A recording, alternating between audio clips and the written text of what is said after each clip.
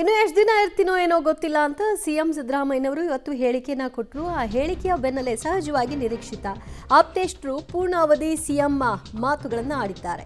2028ರವರೆಗೂ ಕೂಡ ಸಿಎಂ ಸಿದ್ದರಾಮಯ್ಯನವರು ಸಿಎಂ ಆಗಿಯೇ ಮುಂದುವರಿತಾರೆ. ಬದಲಾವಣೆ ಮಾಡೋದಾದ್ರೆ ಹೈಕಮಾಂಡ್ ನಿರ್ಧಾರ, ಅದು ಹೇಳೋದು ಇದನ್ನು ಸೇರಿಸಿ ಹೇಳೋದು ಯಾವುದಕ್ಕೂ ಇರಲಿ ಅಂತ ಸಿಎಂ ಆಪ್ತೇಷ್ಟ ಜಮೀರ್ ಮತ್ತು ಬಸವರಾಜ ರಾಯರೆಡ್ಡಿ ಇವತ್ತು ಮುಖ್ಯಮಂತ್ರಿಗಳ ಮಾತು ಮತ್ತು ಅವರ ಬಯಕೆ ಏನು ಇದೆರಡನ್ನೂ ಕೂಡ ವ್ಯಕ್ತಪಡಿಸಿದ್ದಾರೆ. ಆಮೇಲೆ ತಮಗೆಲ್ಲ ಗೊತ್ತೇ ಇದ್ದಂಗೆ ಮಾನ್ಯ ಮುಖ್ಯಮಂತ್ರಿಗಳು ಅವರು ರಾಜಕೀಯದಲ್ಲಿ 50 ವರ್ಷ ರಾಜಕೀಯ ಹಿನ್ನೆಲೆಯಲ್ಲಿ ಯಾವ ಥರ ಬಂದಾರಂತ ನಮಗೆಲ್ಲ ಗೊತ್ತಿರೋದೇ ವಿಚಾರ. ನನ್ನ ಅನಿಸಿಕೆ ಕರ್ನಾಟಕದಲ್ಲಿ ಅದು ಒಂದು ಕಡೆ ಎಲ್ಲ ರೆಕಾರ್ಡ್ ಮೂಡಿದಿರೋದು ಒಂದು ಕಡೆ ಮಾಸಲ್ಲಿ ಇವತ್ತು ಯಾರನ್ನ ಇದ್ರೆ ಅದು ಮನೆ ಸಿದ್ದರಾಮಯ್ಯ ಅಂತ ಹೇಳಕ್ ಬಯಸ್ತೀನಿ.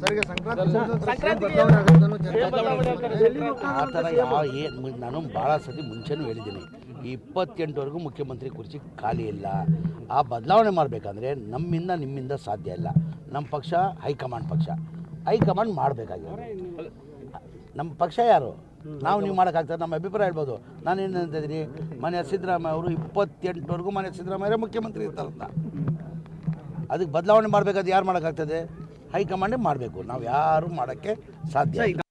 ಮುಖ್ಯವಾಗಿ ನಾನು ಸಿದ್ದರಾಮಯ್ಯನವ್ರಿಗೆ ಒಳ್ಳೆ ಒಬ್ಬ ಮುಖ್ಯಮಂತ್ರಿ ಇದ್ದಾರೆ, ಜನಪರ ಇದ್ದಾರೆ ಅನ್ನೋದು ದೃಷ್ಟಿಕೋನದಿಂದ ನಿನ್ನೆ ಅವರಿಗೆ ಒಂದು ಶುಭಾಶಯಗಳನ್ನು ಕೋರಿ May 28, 2028 I will repeat, May 28.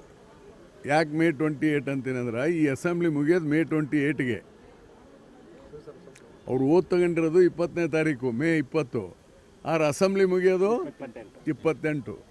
28ಕ್ಕೆ dissolve ಆಗ್ತದೆ. ಮತ್ತು ಬೇರೆ ಇಲೆಕ್ಷನ್ ಆಗಿ ಅದು ಒಂದು ವಾರ ಮೊದಲು ಆಗ್ಬೋದು. ಆದರೆ ಆ್ಯಸ್ ಪರ್ ರೂಲ್ಸ್ ಮೇ 28 ಅಲ್ಲಿವರೆಗೆ ಅವ್ರು ಮುಖ್ಯಮಂತ್ರಿ ಇರಬೇಕು, ಜನಕ್ಕೆ ಒಳ್ಳೇದಾಗುತ್ತೆ ಅಂತ ನಾನು ಅವ್ರನ್ನ ಹಾರೈಸಿದ್ದೇನೆ.